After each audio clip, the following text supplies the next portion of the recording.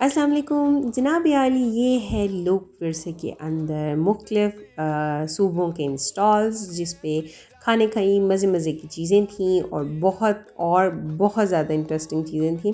तो मैंने कहा चलें आपको भी विज़िट कराती हूँ कि मैंने यहाँ पर क्या क्या देखा। सबसे पहले तो जनाब आली गिलगित बल्तिस्तान था जिसके अंदर मुझे ये चप शुरू नज़र आया और मैंने इस पर हाथ साफ कर लिया। फिर जनाब आली हम सिंध की सकाफ़त में घुस गए और वहाँ मुझे ये बड़े मज़े के पर्स और इनके ड्रेसेस नज़र आए और मैंने इनमें से 2 पर्स ले लिए।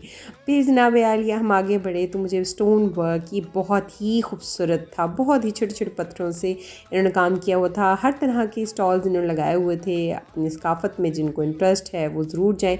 मुझे खाने में इंटरेस्ट है तो मैं तो फूड स्टॉल के पास ही पहुँची रही। ठीक है जी, ये मैं कहती हूँ सबसे मज़ेदार जो है ना ये चीज़ थी और इसका मुझे नाम नहीं पता। अब यहाँ पर हम पहुँचे सिंध के अंदर तो हमने यहाँ पर देखा काफ़ी सारा रश था और काफ़ी सारे लोग यहाँ पर जो है ना चार के स्टॉल पर आए हुए थे। मैंने वहाँ से एक मज़ेदार सिंधी सा चार ले लिया। फिर उसके बाद यहाँ मैं पहुँची तो ये इनकी ख़ुसूसी जो है खोए वाली और साथ उसके खोपरे वाली थी स्वीट, वो मैंने घर के लिए पैक कर रही हूँ। पेड़ा मैंने खा लिया रास्ते में, ठीक है जी। फिर अच्छा एक मज़ेदार बात ये थी, ये जो बच्चा आपको नज़र आ रहा है ना, ये बेचारा ब्लाइंड था, बहुत ही क्यूट बच्चा था, लेकिन इसकी मदर ने हमें बताया कि ये 10 किस्म के इंस्ट्रूमेंट बजा सकता है। तो हम बड़े इंटरेस्ट हमने लिया और बहुत अच्छा इसने वाकई बजाया था। फिर जनाब आली आगे बढ़े तो हम जनाब फ़ूड कोर्ट पे पहुंच गए पंजाब के।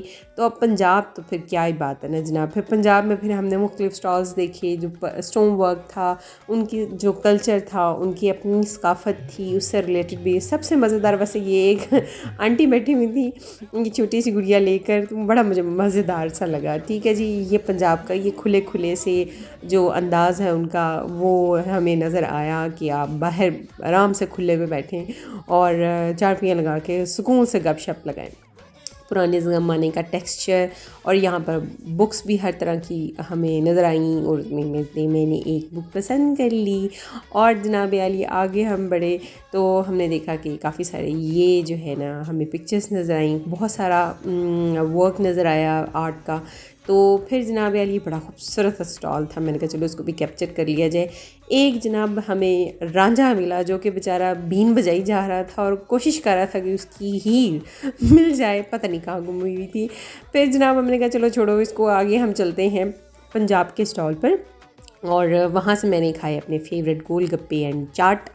तो यार इतने क्रिस्पी, इतने मज़ेदार थे। अच्छा पानी मुझे इतना मज़े का नहीं लगा, पानी बस ठीक ही था, लेकिन गोलगप्पा बहुत फ्रेश था, बड़ा ही जो है ना क्रिस्पी सा था, बड़ा मज़ा आया। ठीक है, तो वहाँ से निकल पड़े।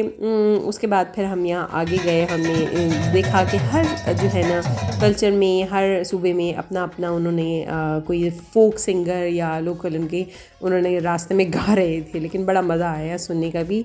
तो ओवरऑल इंटरेस्ट लिया और बड़ा मज़ा आया। ठीक है जी, लेकिन जब हम जम्मू कश्मीर वाली साइड पे गए तो हमें खाने का इतना कुछ मज़ा नहीं आया, गाने का ज़रूर मज़ा आया। ये अलबत्ता इन्होंने बड़ा ज़बरदस्त, मैं कहती हूँ, आवाम को इकट्ठा किया हुआ था और गा हमारे गाने रहे थे, लेकिन ठीक थे, मज़ा आया था।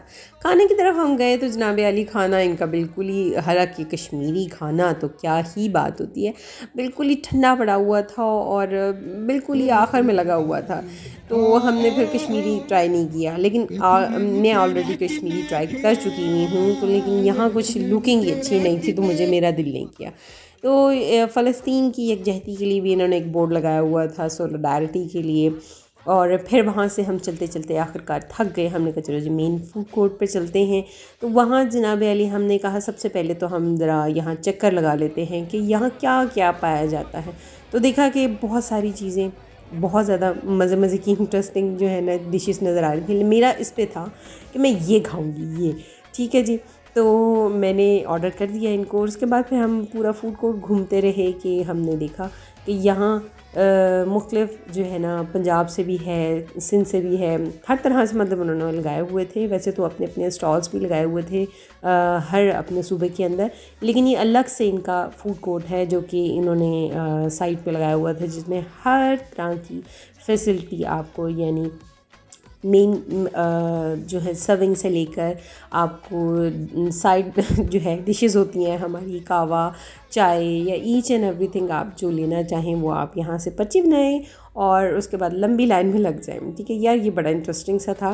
तो ये इन्होंने इस तरह से चाय रखी हुई थी, मैंने कहा चलो इसको बाद में साफ़ करेंगे अपना हाथ, लेकिन पहले हम मेन चीज़ लेंगे, पहले हम खाएंगे, उसके बाद फिर हम चाय भी हाथ साफ़ करेंगे। तो बहुत खूबसूरत जो है ना इन्होंने सेटअप किया हुआ था, बड़ा मज़ा आया।